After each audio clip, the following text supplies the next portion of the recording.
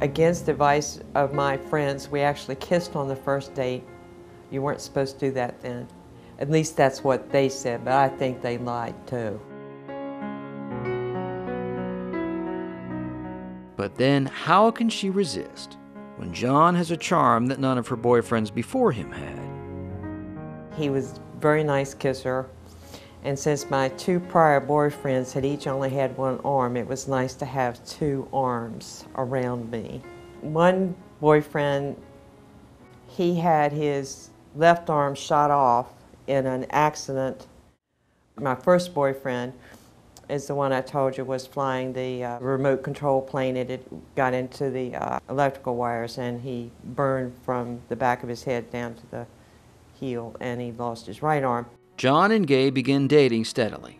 Despite their devotion to each other, thoughts of marriage do not leap to their minds.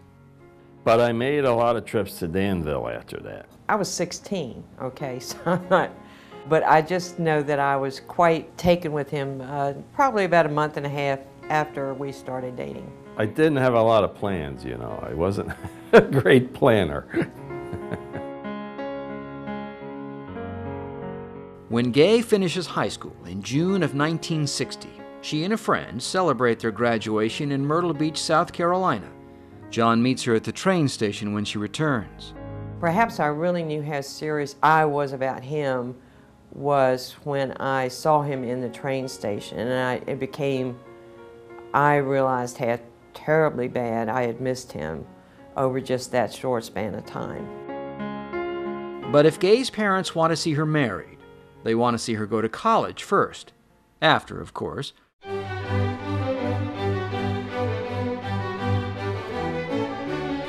her debutante ball.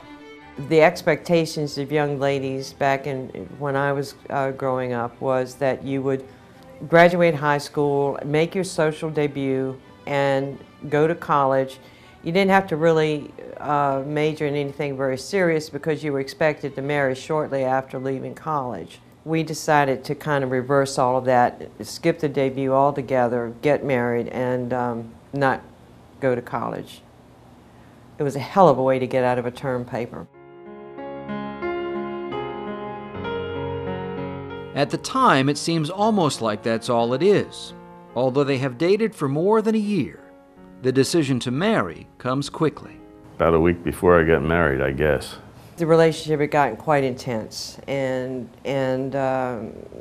again, back then there wasn't anything like you didn't shack up and that you didn't do that kind of stuff. We were never engaged that I know of.